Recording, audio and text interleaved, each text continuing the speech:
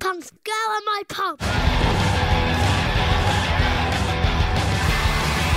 Me and my friends in $100 Volvo, buzzing down the street while cruising on the road, getting fucked up on the 101, shooting our guns and having fun.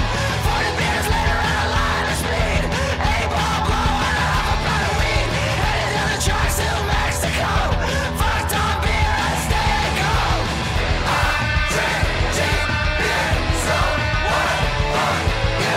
I drink cheap beer, so what are you?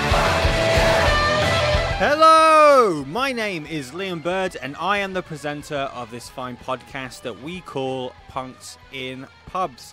I hope all is well with you and that you all have a smile on your face. Before we kick off the podcast, I want to try and push you to head over to the Heavy Musical Wars Spotify playlist. Yours truly created a playlist for them and it's full of about 30 amazing tracks, I believe so, that I've been listening to for the past 4 weeks. Go have a listen, you might discover something new or you might relive something that you haven't heard for in a while. Also, an update on t-shirts. We have an amazing design and now we're looking for t-shirts to add those designs onto. I hope to have something for you guys to visually see in a couple of weeks, so keep an eye out on the socials at Punks in Pubs. I normally do this bit at the end of the podcast, but I'm going to bring it out early doors. Spread the word about the podcast via your mouths or via WhatsApp and social media. The podcast is coming up to its 1-year birthday in November, and we have grown so much, way more than what I actually anticipated. I expected to only have around about 50 of you guys. Bottom of my heart, truly thank you for that. But I have such big plans for this podcast in 2019. We're already talking about 2 festivals to see if we can do some live performances, but that can only happen with your support and you telling your friends and family and everyone in between to download, listen, and rate and review this podcast. So come on, do your part. Right, let's talk about episode 23 of Punks and Pubs. In this episode, you will find me talking to the amazing and charming and delightful Poli and Jen of the Bombpops. This interview took place at the New Cross Inn at the height of the summer, so we're grateful that they allowed us to do this interview in the green room, whereabouts it was quite cool. The girls cracked open a Strongbow and we started our chat. So what hot topics can you expect from this natter? Well, you will hear about the hustle, balancing real life with aspirations of the band. Poli opens up about her diabetes and Jen talks about the time that she went to Italy to join an Italian punk band.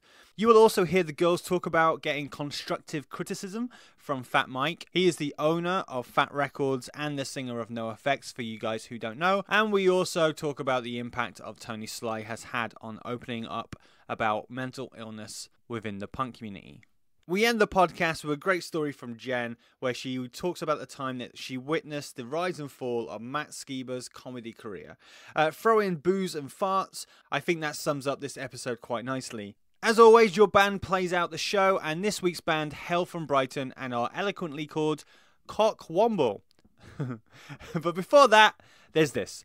People, I give you episode 23 with Jen and Poli of the Bombpops. I'll catch back up with you after the chat. Enjoy.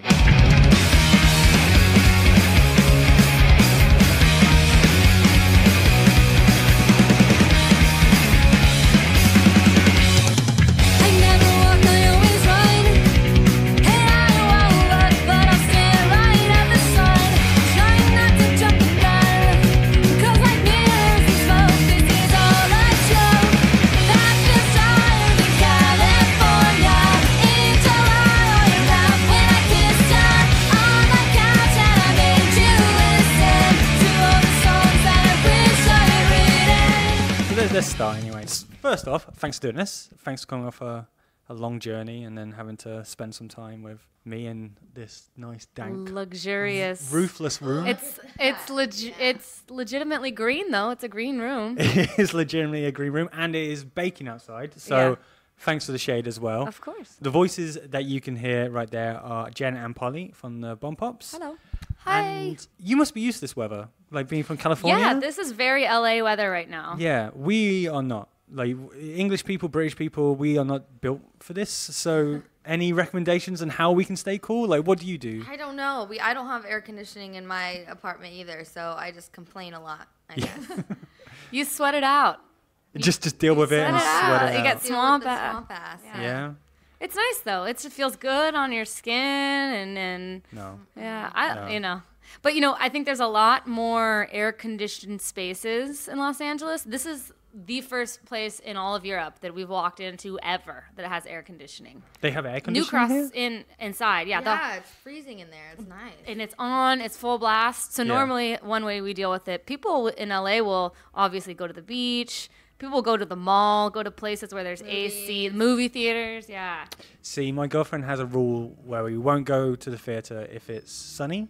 Because she feels like we're wasting. Like in this country, we're not used to it. So. I agree though with that. Right. I would never want to. Yeah, that's definitely true. Rainy days are good movie days, but in this case, since the heat wave is coming, just get in that theater. Unless there's not air conditioning there. Yeah, is there air conditioning in the theaters? Yeah, always. They're freezing. You always have to bring a jumper or a cardigan. Yeah. So yeah. A jumper. Fair enough. So, also another thing that I know, I'm sure you've noticed, Brits. Once the sun comes out, people rush to the beer gardens, and they can come in if they want. It's not an issue. That's okay. Okay, fuck them. Well, one thing was funny when we were here in May, and I don't know about here, but in Germany, I remember there were some really beautiful days out, and we had some club shows, and our booking agent was worried. She's like, "Oh, it's just too beautiful of a day.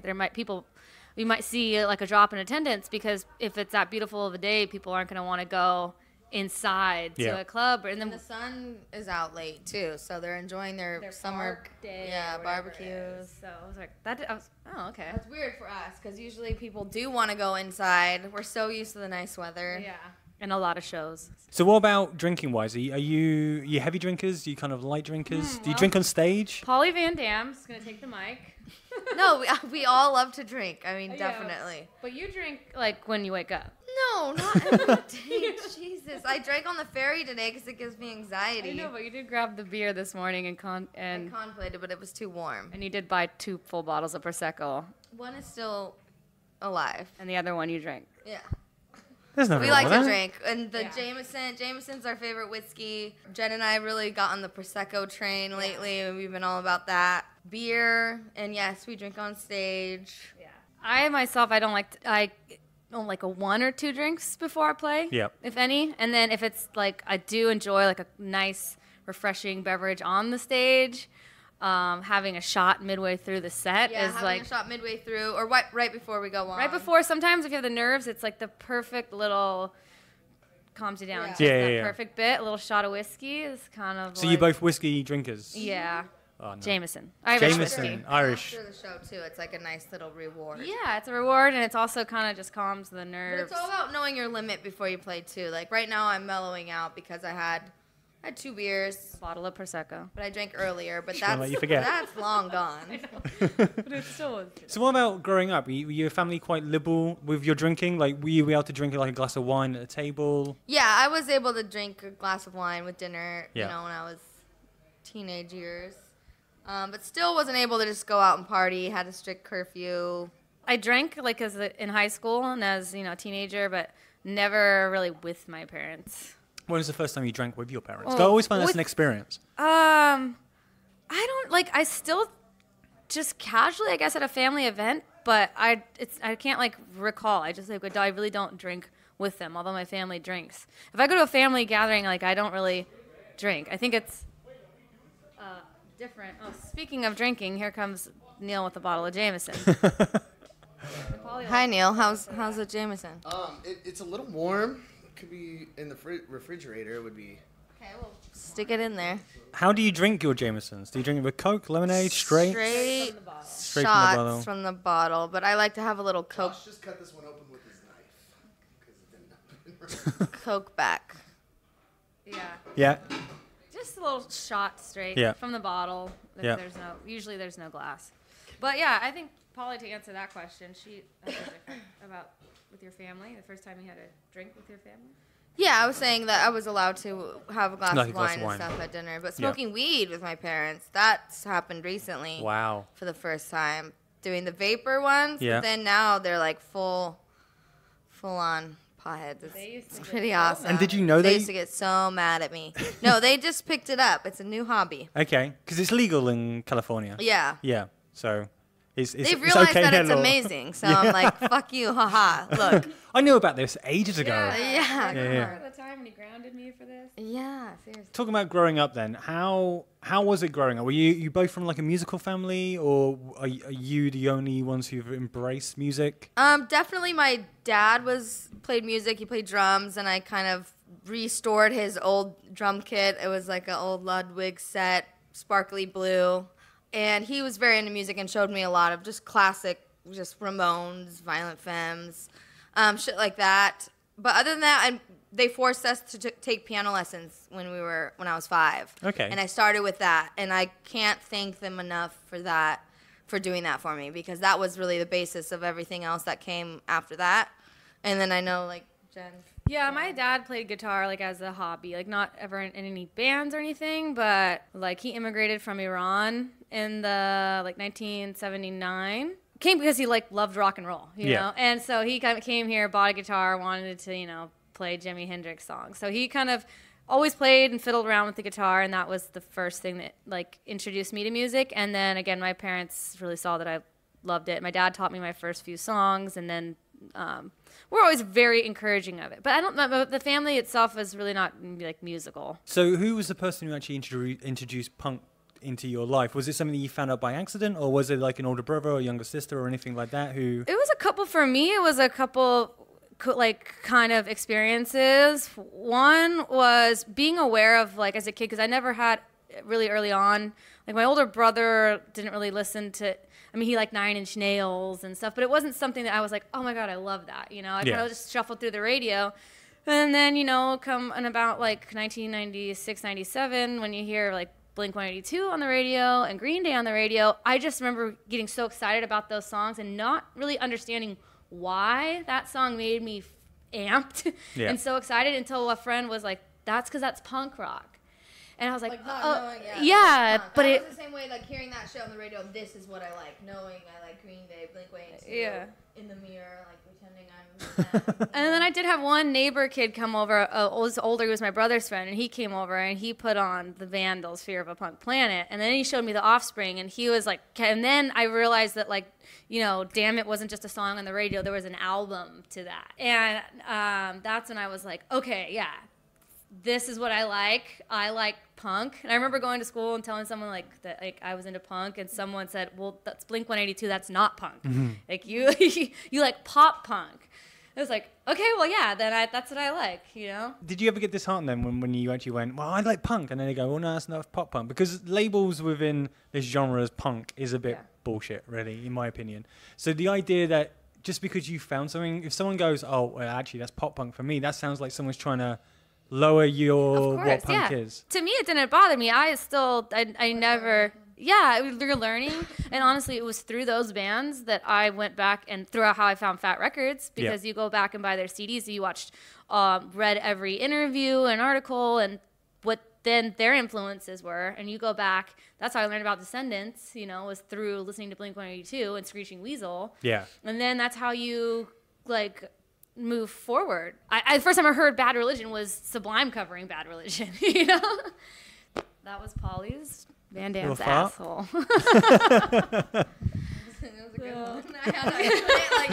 sorry to interrupt. I'm so glad you kept that as well. You could have just left that, and now She would. Oh my God! wasted. And it does smell. Sulfur. You proud of your farts? Like, you like all that? Understatement. We are all proud. We are 5-year-olds. Farts and dick jokes. That's all we are all so proud of our farts. Well, exactly. I think we've always said, like, if the day that a fart is not funny, you can probably just kill us. Yeah, I completely agree. Amazing. Like a Dutch oven? You ever Yes! done Dutch Oh oven? my Yeah? God, of course. Myself.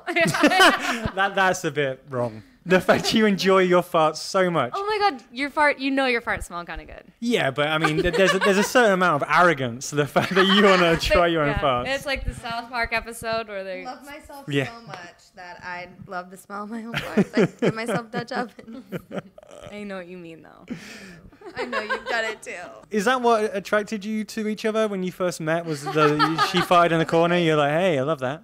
Why not just you make it someone? I don't know. We just have a very similar sense of humor, but also Yeah, it was like, and when you take it back to who showed you, punk, Jen showed me a lot of the bands too. When we met at a rehearsal space and where we both were playing.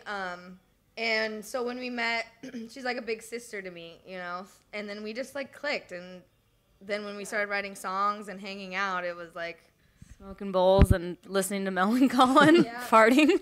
Because there was quite an age difference, wasn't there, when you first met? Am I right? It's 5 years, like about 5 years. But when I was 15 and Yeah. she was 20. That's, hanging out with 21 and hanging out with a 16-year-old, it was a little weird. But now there's no. I mean, I would try to get her to spend the night at my house, and at one point you were mobbing around with all my friends that are way out of high school, and she's 16 and can't spend the night at my house. So my parents were like, no, you can't do that.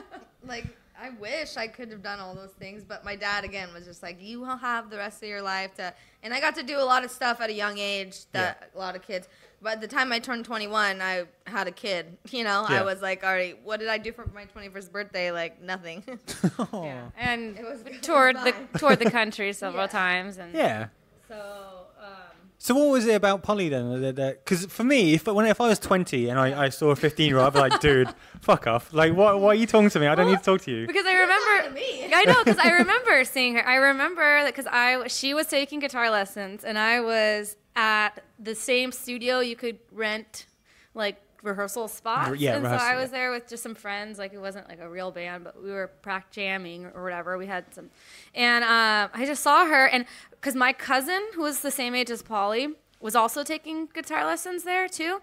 And I remember I was with her, and she had known her. She's like, "Oh, that's Polly." And I remember seeing you play guitar, and she was so cute, and she was so good. And I just was like, I want to be her friend. Like, I want to play guitar with her. Because I really wanted to play guitar with people. And in high school, it took me a long time till I was after high school that I found people that I really clicked with playing music with. Yep. And when I was younger and in middle school, I played with people. But in high school, it was harder to find people. And when I found, like, another girl that played guitar, because my cousin played guitar, but she wanted to play, like, Led Zeppelin and stuff. And I saw her kind of, like, shredding these little riffs on a BC Rich guitar. I was like, "Ooh, she's so cute." I don't know. I just thought she was adorable. And Polly, did you go home and go, stranger danger, there's this woman who's spoke to me? I don't think because I was already hanging.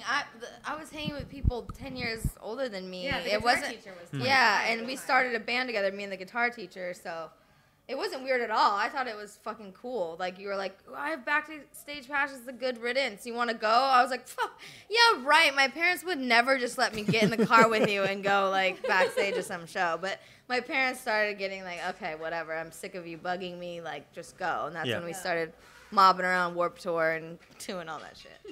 So talking about your first shows, what were your first shows? What were your first experience of a punk show? Because something I talk about often on this podcast is the experience of seeing your first show, because it can be quite intimidating, and going in your first pit.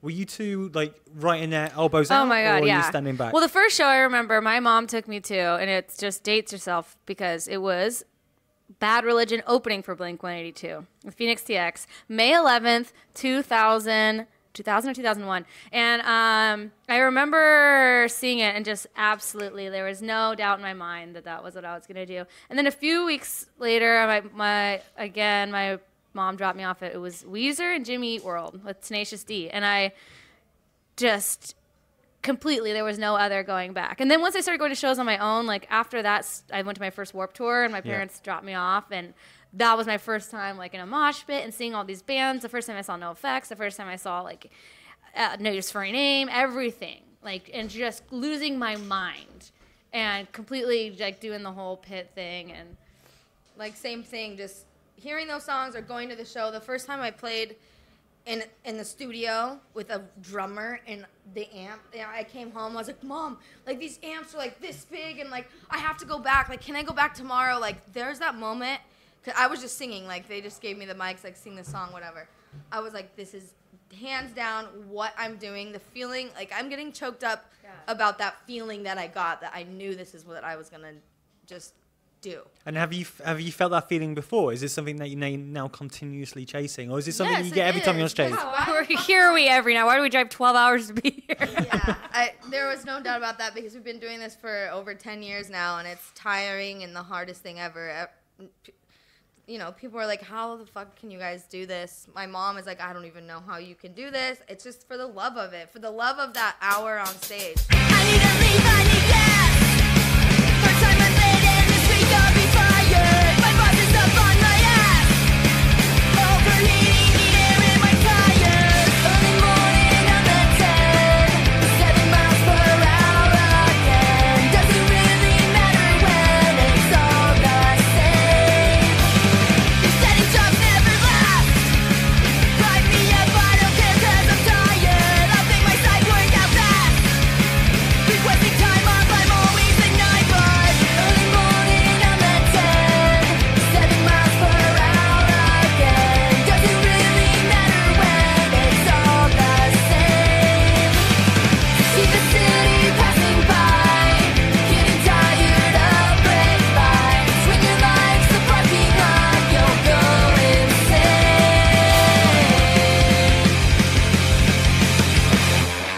I mean, you guys have had a hard journey because you've gone through endless drummers, endless bass players.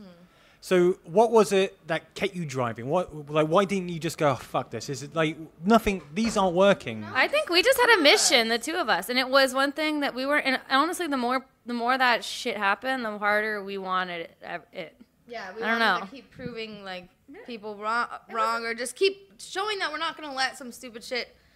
It's just for the love of it. I mean, like we seriously loved it so much, and to not play music with her would be like, you know, the end of everything. Yeah, it's the same way. It's like it didn't matter. It was almost like, as hard as it was, every time somebody left, there was still like, no, well, whatever. Like, Yeah, you're still it wasn't going the on. end of the Who world. cares? I mean, we had a bass player quit on tour. We flew out an old bass player, had practice before the show, found some rehearsal spot in Texas, and went. There was just no stopping. It was that. almost like in the back of our mind, like it's just gonna work out how it's supposed to work out for us. And then until Neil and Josh, like that's what we were supposed to have this whole time. It just took us that long to find it because it's hard to be in a band with 4 people. Like we're extremely lucky that we found just the 2 of us. Yeah. Like I said, in high school, ever since I went to that show when I was in middle school, I wanted to play in a band.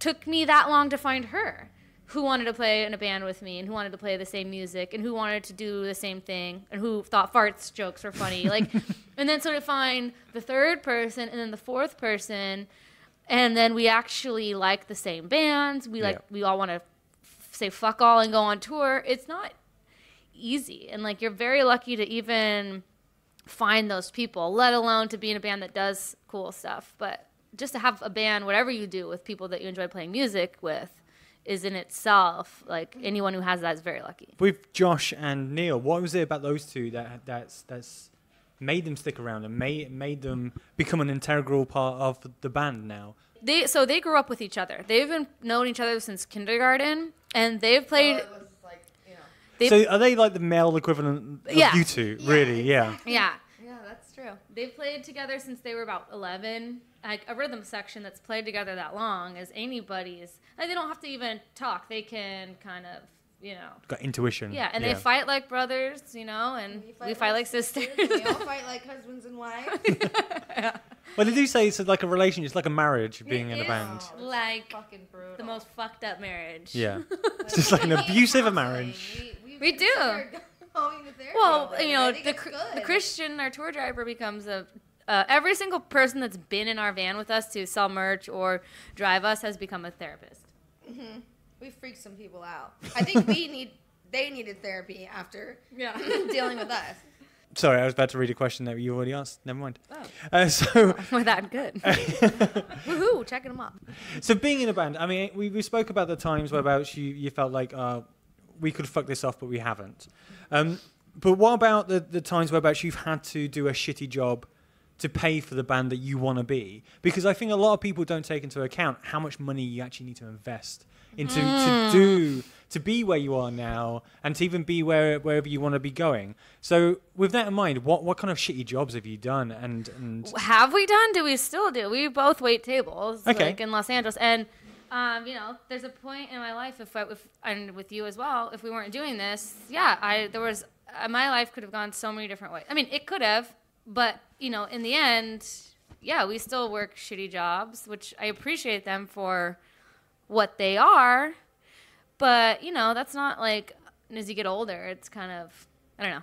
You'd like to do other things as well, but it's hard when you're doing this. Yeah, it's kind of the only choice if you want to make some money when you're home. I mean, hopefully soonish we get to the point where, I work 3 or 4 days a week. They're short shifts, and I'm able to be home with my family. But, it still sucks to come home to that. Yeah, it's so weird. You got to be out here doing all this cool shit, and then it's like, But all right, there's something I do like about home, and I mean, of course, and routine, though. Like, I'm okay, but I get fed up after a couple weeks. I'm like, okay, this is... Well, it's the job where when I'm home, it's a job that anybody can do. It's not like I have this particular task. My job, I'm replaceable 100% in terms of when I go, or if I don't go that day, somebody else can come in and do that. Yeah. It's like... It's like a job that you can have being a touring musician. Because I mean, what job can I just take off a month here? Oh, I have to request off another month now. Like, it's like American Beauty when he quits everything. It's like, I want the job with the least amount of responsibilities because it allows me to put in 110 into this. And eventually, like, I think Neil, like in our band, he's a graphic designer for Guitar Center, and he's done it long enough that now he can kind of be freelance. I think he's putting himself on the track where he can work from the road and work remotely, and that's a goal. Like that, I really am, and I myself am learning a bit of graphic design and trying to get, just thinking ahead of other aspects that of things that I like that are creative that can help me live the life on the road. I mean, I've heard in other interviews where she talked about hustling to a point where you've been signed by Fat and Red Scare and had success in that way. When you say hustling, what does that mean? Does that mean like making sure that the CDs go in the right hands? Does that mean handing out flyers at festivals? Yeah, all of that. We did that. And how did you find that? How did you find, like, how long was it until you felt like, okay, we're making these steps forward? And we're still doing this. Hustle is never ending. Like, it's that point where even at a show like tonight, it's you stick around till the very end. Just the fact that, as much as we want to go upstairs and sleep in the hostel, you have to stick around till the very end. You have to sell that last T-shirt. You have to say hello to, and like, we want to drink and hang out with our fans. Like, we came a long way to be here. We appreciate every single one of them. That's hustling still, and it's still making this little, you never know who's going to be at your show, and you never know who drove so many hours to be there to see you. Yeah. And that's the thing, is even if you're at a show and it's kind of a little underwhelming in the sense of, for whatever reason, you got to know that there's one person in there that, like, that made their week, or, maybe they're not even going to work tomorrow because they made the choice to come to this show.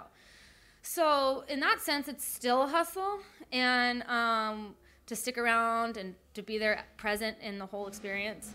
But in the beginning, we would go to Warped Tour. We made demos and we passed them out. I don't know how many CDs we gave to Fat Mike, and he probably just looked at it and threw it away.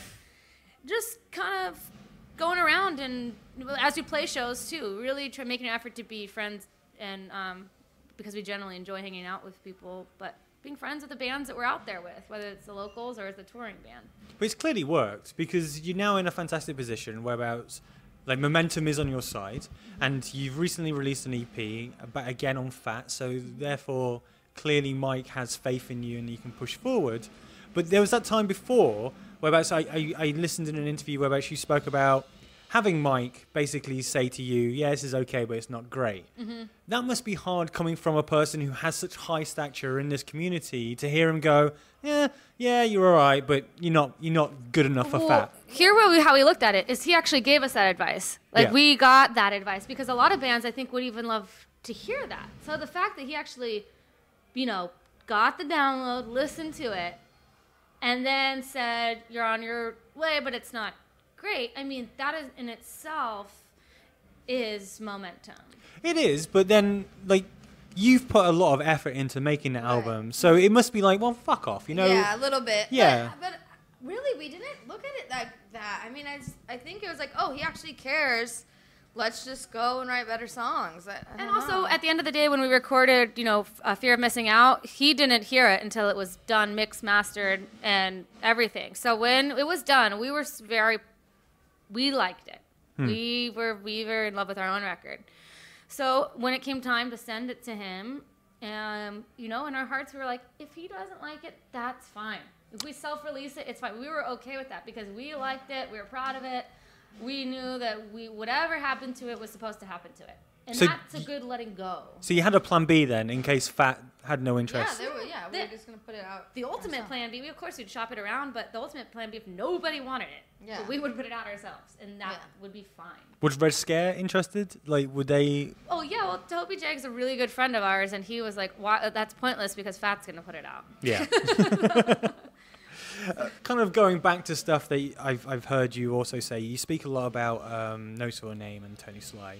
With him passing away, and there's been a lot more talk about suicide and mental health within the music genre. Do you think that's got better, or do you think it's still within the touring circuit that you're in, or do you still think it's a taboo subject where people aren't willing to talk about it because they're like, dude, that's your shit, I've got my own shit? Well, our friend just committed suicide last week, and he was the guy who produced our band. Is Chris Vogel of the Gamuts. He was the bass player of the Gamuts. So as our producers, I mean, he was his Poli to me, and he was a dude that we knew. We loved his music. We loved that band, and this was not even a week ago.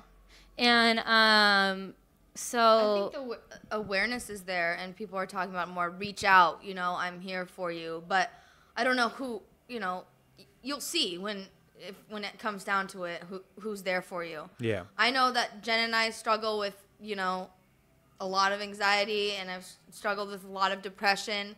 And this, actually leaving for this tour was one of the hardest, I had this mental breakdown.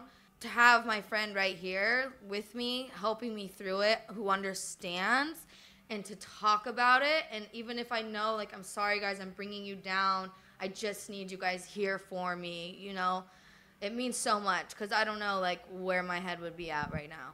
Yeah, and vice versa. We're fortunate to understand each other like that and to be able to, because there could be a lot of well, you're sad, buck up, what do you have to be sad about? But because I know, those feelings, and I have, myself, and I think we both verbalize them differently, but I know, so it's her and I just right now, it's this thing where we share our tools of how to deal with it. And so if I can tell you a way that helps me, let me tell you what helps me when I'm in this situation. And honestly, for me, it helps myself, because sometimes it's always easier said than done. So if I can tell you, replace that negative thought with a positive thought, when I'm telling you to do that, then there's no choice but for me to go back and practice that myself. So our tools become shared. And so we're lucky with that. And I don't know that a lot of friends have that. We're with each other all the time, so we have that. But we have to have that. In the case of, I know in my heart, in the case of our friend that committed, he had a loving scene of community. That band, they were best friends. So I think it's really hurtful to his other bandmates. Wow, where did we miss that? Yeah. And there's nobody could have done anything differently. And they couldn't have ever, that was somebody that had, maybe wouldn't even let those people get through. That was that far. So, but I do think that awareness is huge right now. There's a huge mental awareness, movement in, the punk scene. Anxious and Angry podcast is wonderful. I think people are in general, from the dawn of, mankind and art and music, people that are artists, people that are creative, suffer mentally. And it is the price you pay. Well, it's pressure you're putting on yourself as well, because obviously you want to be the best that you can be, and I feel anyone in any kind of creative industry, the biggest critic is themselves. Yeah. So if you don't have that person going, mate, you're doing okay, you're doing fine, I think it's really hard. And if you spend a lot of time, whether it's you're on tour, I know you two just said that you spend quite a lot of time off tour. But I know a lot of bands, they do a tour and they're like, fuck off, like I don't want to see you for 2 months or something like that. I think that downtime is the time where bands are probably at the most vulnerable. I don't know. You could have that friend, like, for example, if you have a friend that says, I'm shit, you know, my music shit, my art is shit, and then you have a buddy come and say, you're fine, man, you're fine. That doesn't register. It took me telling you at least 20 times a day that you're fine. It's a commitment, and it's like, it's not just that one time. It's because that one time or that one mate telling you it's okay. There's so much more in your head. It's you're your biggest critic. I know I'm okay. I know I'm fine. I know my life is great. I know my life's awesome. It's just so much. It goes so much deeper than and that. So that's just, unfortunately, that's the way that humans are programmed. I think. Yeah. You are so hard on yourself, harder than anyone ever could be about every single aspect of your life. So to be on top of that, an artist or a creative or it's nonstop. And also, just predisposed without that, that's just the artist's brain sometimes, I think. You give something. To give that much in one way, you lose something else, maybe. Yeah. I don't know. I listened to a podcast called The Bravest, and Poli, you were a contributor on it. You talked about diabetes. And my family has suffered from diabetes as well. My mum and my grandma. It always seems to be my female side of my family have suffered from diabetes. I know you've spoken about how you want to speak more openly and talk about diabetes in that world. Why so? Why for you? I know your family have also suffered from it. So why is it important to you? And also being on tour, how do you look after yourself? Because being on tour is not the easiest life. It's not the easiest way to look after your blood sugar count and like time management wise. I mean, how do you deal with that? Because there's going to be people listening to this who do have diabetes. Yeah, on tour, I'm not the best. I am not the world's greatest diabetic. But even when I'm home, it's just as much of a struggle. Sometimes when I'm home, my sugars are worse than when I'm on the road. I mean, it's just a disease that is so hard to manage no matter what the situation is. There's definitely tools and technology now that help with that. But I've discovered that being open about it has just opened up a whole new realm for me. Like, it's helped me so much, and I know it's helped other people. Getting messages, you know, people's loved ones are diabetic or they are diabetic, and hey, I've been a fan of your band for so long, and I just recently found out you're type 1 diabetic as well. Like, thank you so much. And I just got a message when we first got here. A guy said his daughter's type 1. She's 5 years old, and he was showing her pictures of me just to show her that, you know, you can do anything you want to do. It's a shitty disease, and it's, you know, there's far much worse that could happen to you. But it's just every day, you know. Yeah. There's not 1 second that I don't think about it. I don't really remember what it feels like to be, like, feel good completely. Because it's always, like, I can have my blood sugar perfect for a couple hours, but then eating and then drinking and then playing a show, the adrenaline gets my sugars up. So I found I have to do a shot of insulin before I play because of adrenaline. Lack of sleep, too much sleep, you know, stress, having your cold, getting my period, like all that stuff can affect your blood sugar. So being on the road is definitely hard, and I know musicians that have quit being musicians or, you know, touring because it's too hard, but it's definitely, it's manageable. That's like what I can say. I'm lucky that it's a manageable disease. But I think that's the hardest, though, isn't it? Because it's manageable and it's not curable. Right. It's just constant. That's exactly you nailed it on the head right there. I wish it was curable. I wish it wasn't just because some days I'm like, and I say this to diabetics too, it's okay to feel sorry for yourself, because I think that's okay some days to feel that way. Because I'm like, fuck, I can't do this every day for the rest of my life, like, you know. And then I think of my son and how my life can be like cut a little shorter, and, you know, if I think about all that stuff, it gets way too overwhelming. But just like anything, just day by day and doing the best that I can. Like, the reason I brought that up is because I do believe that diabetes is something that isn't spoken about enough as an illness, because I feel it gets taken over. You mentioned South Park, but like sexier illnesses that people see diabetes, they see like cancer and AIDS and stuff like that. But diabetes is probably one of the biggest causes of early death, and I feel it's something that should be spoken about more. There's lack of education with it too, because there's type 1, there's type 2. People be like, did you used to be like really overweight? And like, no, I got it. There was nothing. I didn't eat a lot of sugar as a kid. Has nothing to do with that. It's an autoimmune disease. My fucking pancreas just stopped working, you know? Yeah.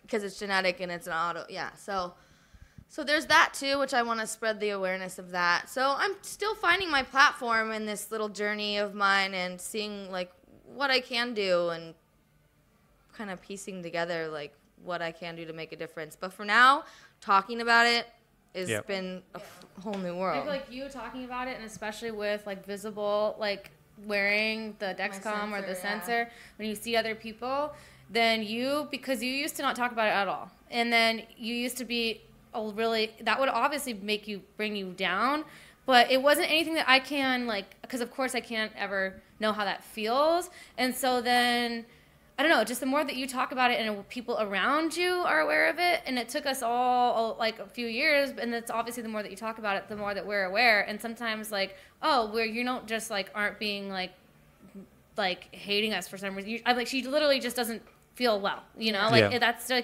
don't need an excuse. You don't need to if you want to go, be by yourself or lay down, that you don't have to explain that to anybody. And that's something that just comes from, because you don't see it. It's not visible disease. So we can't be she looks like she's feeling sick. You don't look like you're feeling sick. So how would you know? Does anybody see that up to this can of worms? I accidentally opened it up, and now they're crawling everywhere. The wolves are crawling in now, worms are crawling out. The rooms are even playing birds that got us now. I'm running in this coffin, but at least I'm not alone. It's all over now, what you gonna do? It all went wrong somehow, so what you gonna do? I'm comatose from everything you put me through. It's all been said and done before, now it's all over now. There's nothing you can do. Something that always happens around this region of time, around the summertime in the UK, we talk about festivals and lineups and the lack of female or female-fronted bands on festivals. And it happened to be that about 3 weeks ago, I went and spoke for the podcast, a guy who is the booking agent for 2000 Trees Festival. And I asked him the question of, should it be up to the bookers to do more, to put women front and center on festival lineups? And he was like, it's not down to me. If a band's good enough, they'll be there. Yeah. How do you two feel then? As speaking for all women in all bands, how do you feel about that? I think that's true. I think if that's the thing. And right now this is time in history where we're on Fat Records. There's the Bombpops. There's Bad Cop, Bad Cop. There's The Last Gang. There is, toy guitar, Rosie, drums and toy guitar. It's run by a woman. Fat Mike and Aaron run. Yeah. And so, Fat Mike will be like, I didn't sign all these bands because you guys are I'm not on this thing to sign girl-fronted bands. You guys are just awesome bands. You guys are awesome bands. And it's the same thing in festivals. I just think that maybe in the past that more women, I don't know, that there's just been more women playing bands there's always been women in music. Yeah. I can't say why it's kind of right now we're just kind of ruling. Women really are. Everything, the political climate, especially in America, is given, not necessarily our band, but I think of a lot of other bands, a really great voice for politically speaking about these things. But yeah, I don't think that it should be there's a woman in that band. We need to make it equal in that sense. I think that women will show up, and if they're the band that they want to be or that they are, look at all these festivals right now with women bands on them. And it's so, I don't know, people think about that differently and in the wrong way. It's also the same, it's girl bands. It's we're just a band, actually. We're people. We happen to be females, but we don't go around calling your band a boy band. I don't know. I just think that there are some really great female fronted bands or bands with females in them right now more than ever, and it's for whatever reason, but it's completely inspiring, and like it's feel like it's a part of history. Yeah, we're in this moment. I think we're at a point in time, and I hope I'm right, whereabouts people are starting to question gender and how like girls shouldn't just be given Barbie dolls. Like, is that kind of girls should also be given a drum kit and a guitar and like fucking play with that and go and do whatever you want to do. It shouldn't just be boys get a guitar, girls get a Barbie house or whatever. True, and maybe we're more part of that generation that was exposed to that, and especially now coming up younger. But that could definitely be a reason. And I like to think that the more there are bands, how many little girls or how many parents come up to us and we're like, our daughter loves your band. And I remember, if I don't know, seeing, even if it was seeing, I'm not a huge, like, per se, like, No Doubt fan or a huge, even Distillers fan for that matter, but just seeing that out there, like, not the music, but the women doing it was, like, so freaking cool. Yeah. And there was just a few of them growing up for us. And now that there's more of them, it's just gonna...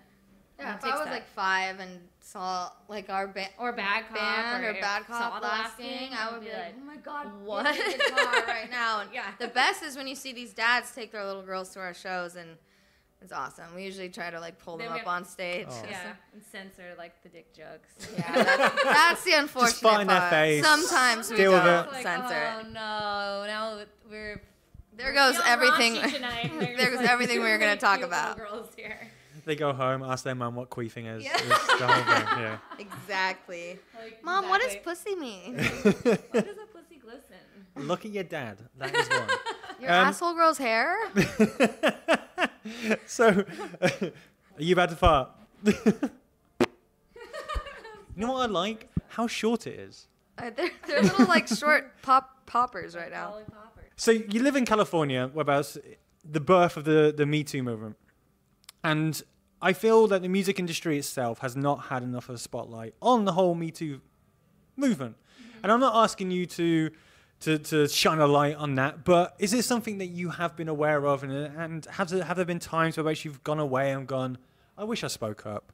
I wish I did something. Well, I think we were so used to it that it became normal and like conditioned in the same way the Me Too movement came. Say you're the whole growing up in the 50s and 60s and you were a secretary in the sexual harassment. Not that we were sexually harassed, but in a way as being a band, we were so used to conditioning to the comments. Oh, we show up to a gig and we have our guitar. Your girlfriends are the roadies too. Oh, and people don't realizing that we're in the band until we're on stage. The sound men, it's always people that work at the venues. Yeah. So, and we kind of dealt with it. It's sad because we're kind of almost conditioned to be like you don't even think of anything to say because it's almost pointless. Because we're in the band. Who cares? Yeah. So our kind of thing about it was joking to ourselves, and it wasn't really and then also once online presence and stuff, especially with YouTube and punk news and all these things, a lot of bands get, not to give any of that any relevance because fuck like online comments and stuff. But a lot of bands always get shit. You get bad comments here and there, and it's the only ones you pay attention to. Yeah. But a lot of bands that are only men, they get comments like, this song sucks. Boo-hoo, this song sucks, who cares? But we're getting comments like, oh, this song sucks, but I fucked those girls at the same time. Or, just comments about, I bet she fucked this guy, I bet, like, she sucks dick. Just stuff like that in the end, like, we don't really care. It's kind of funny to us, but it wasn't until, like, Fat Mike brought it to our attention one day. He was the one that was like, this is crazy. He called us. He was like, we have to address this. And we're like, we never thought of that. And he's like, whoa. I mean, I was like, because if you guys address this and make a statement as Fat, it's going to look like we went boo-hoo crying to mom and dad. Yeah. Look what people are saying about us, Because it's just normal to us. Sadly, it is. So but I honestly don't fucking care. Like, those people are all losers. Yeah, we don't care. And the thing was, Fat Mike's point was like, yeah, like, I don't care if people don't like your band. I like your band and I signed you. I don't fucking care. But if someone is saying these, like, really crude... And Fat Mike's like, in his own way, he's a raunchy guy, but he was just offended that people were not talking about the music. Yeah. That was what his main concern was. He's like, this is insane. And so in a way that like that's a whole essence of the Me Too movement too. And we have never. There's been a couple times, and it's also afterwards. We were like, well, how we deal with it, especially in the venue sense, it's like just wait till we play, and then we get to call out the door guy on stage. It's like the best. But yeah, as far as sexual harassment, and everyone we've been through it. The show the other day, I was walking, I grabbed the beer, and I was walking to the stage, and this guy was sitting down, and he grabbed my ass.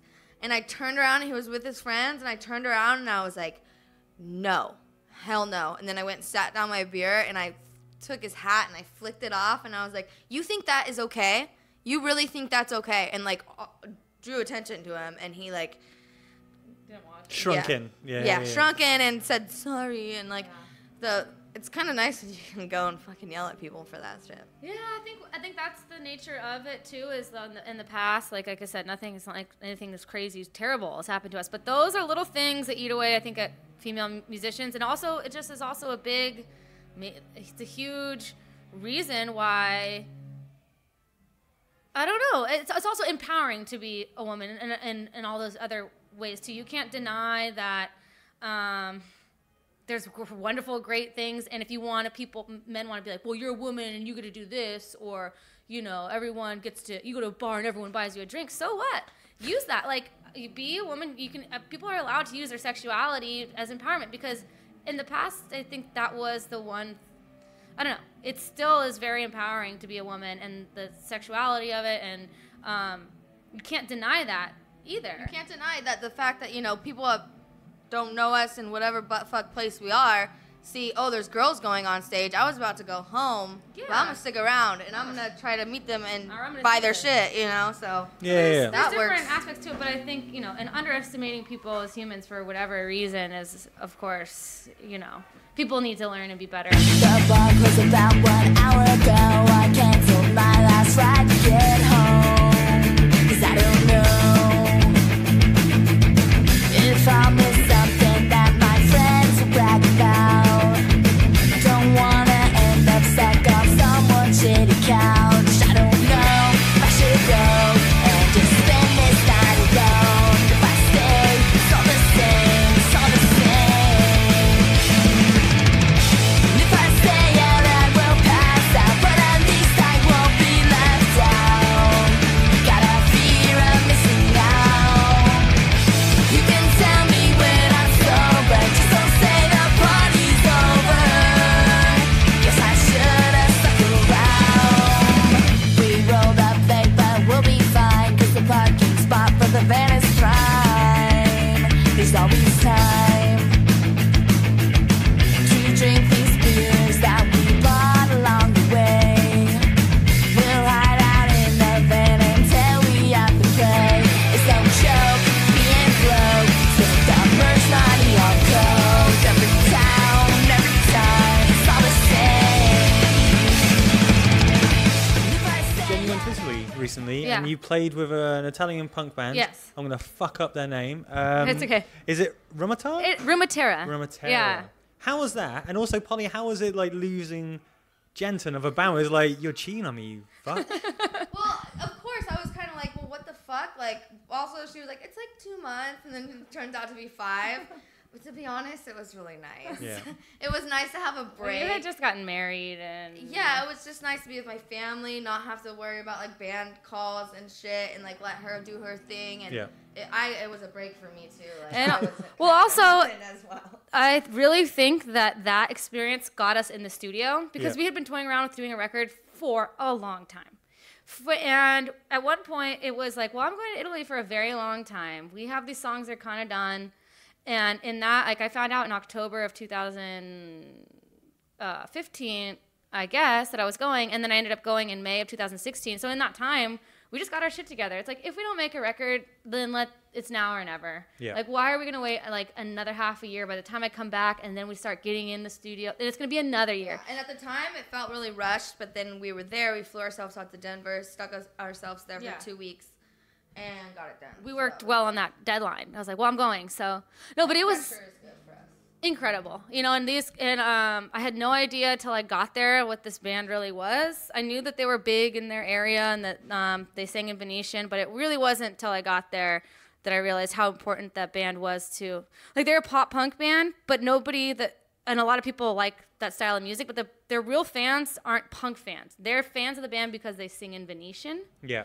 So is it quite political then, because they speak? Well, it's not political because they are the Blink-182 of their region. So they sing about the things that kind of maybe like jokingly about the Venetian, like and they're in the countryside of Venice. Yeah. So they call it like a rude culture. Like they kind of have vulgar language. They say like a lot of like, it's a very vulgar, like kind of slang dialect.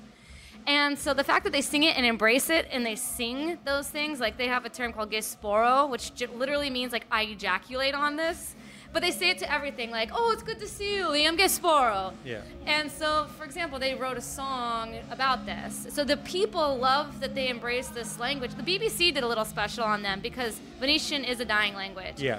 So they're not saying anything political because there is a political movement in Venice, and they don't touch that with their lyrics, but they keep the culture alive, and people are actually embarrassed, like younger people are embarrassed to speak Venetian, especially if they're going to like Milan or they want to go to Torino and live. You kind of are like maybe a hillbilly or kind of like, I don't know. Yeah. That's kind of the equivalent. So they're making people like very proud of this language, and to be like, I was born here and I'm proud of it. By kind of making fun of themselves. Exactly, too. by making fun of themselves. 100%, yeah. Like And self-deprecation. yeah, and so Respect yourself. yeah. Just a twisted way, but it makes sense. So that was cool. On tour here, we're here for, a month, and we were different cities. I've still never seen London. Yeah. But when I was living there, it was 30 shows or so in 5 months. So I got to really experience Italy and live there and experience the Venetian people.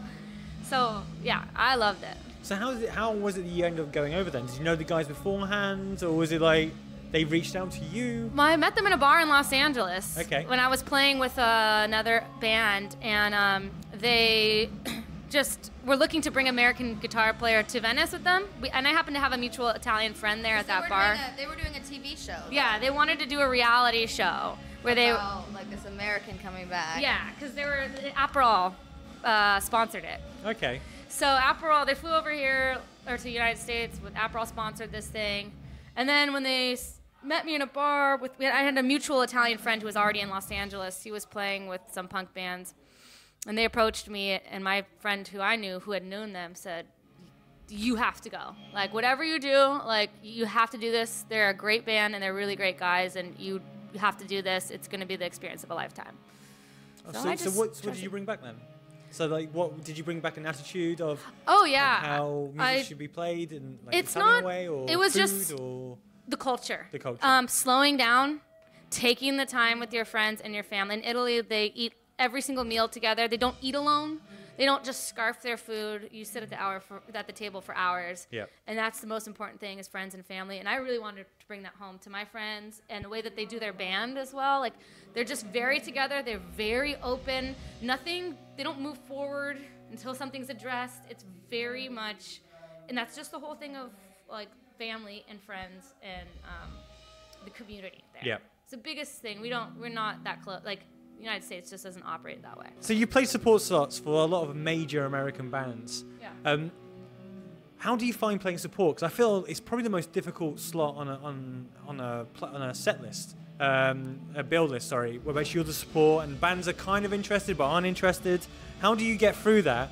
And also, what other bands do you really enjoy supporting? Like, do you enjoy going out with? Well, it just depends. I think it's our job. Like, it's not our show, so it's really a matter of winning the crowd over.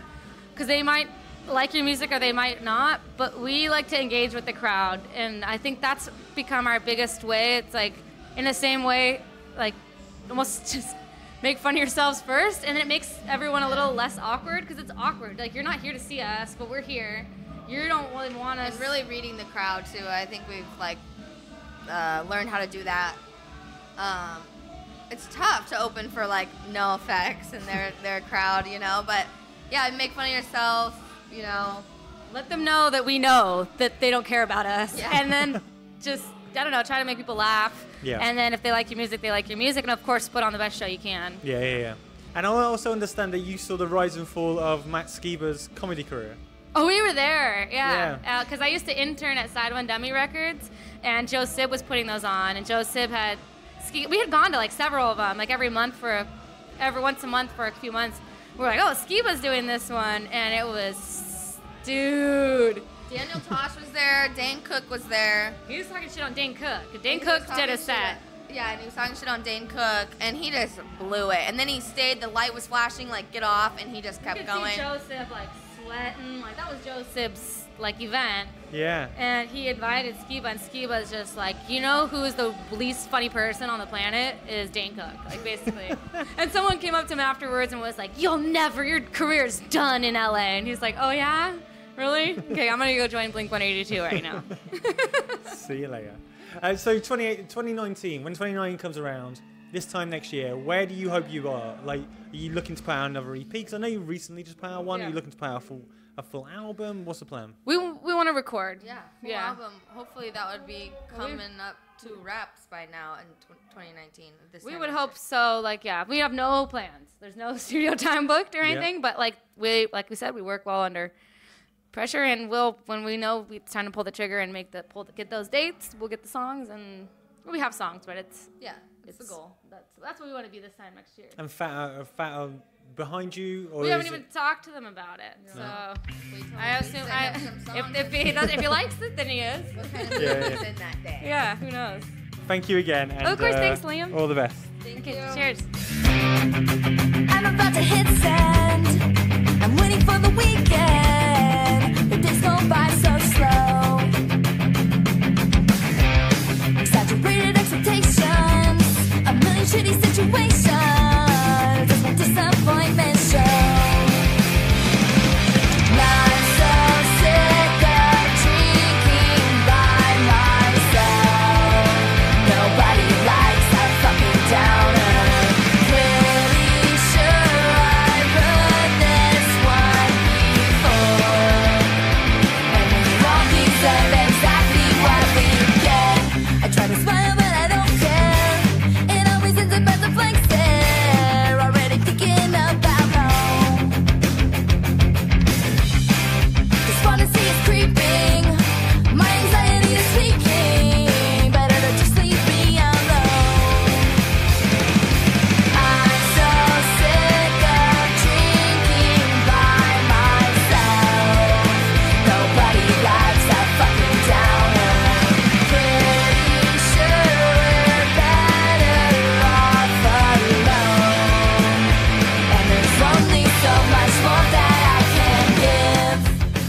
Thank you to Poli and Jen of the Bombpops for giving up their time. Their last album was called Fear of Missing Out and came out by Fat. Go pick up a copy.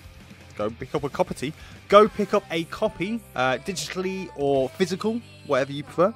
As always, thank you to Stephen Burke for audio assistance. Please go rate and review on whatever podcast streaming service you use, iTunes or the rest. Follow the podcast on Instagram, Facebook and Twitter at Punks and Pubs. Right, you lucky lot. Playing at the podcast this week are a bunch of solid dudes and dudettes. They're called Cockwomble. Their second EP, All the Money, None of the Style, came out this week. So go pick up a digital copy. Links for that EP will be on the Punks and Pubs social. This is their new single, Want Stuff, Buy Stuff. Right, that's the end for me. Till next time, if you're going to a punk show and you see someone fall down, you pick them right back up. Have a good one. Bye-bye. One more stuff, gonna buy more stuff, I want more stuff.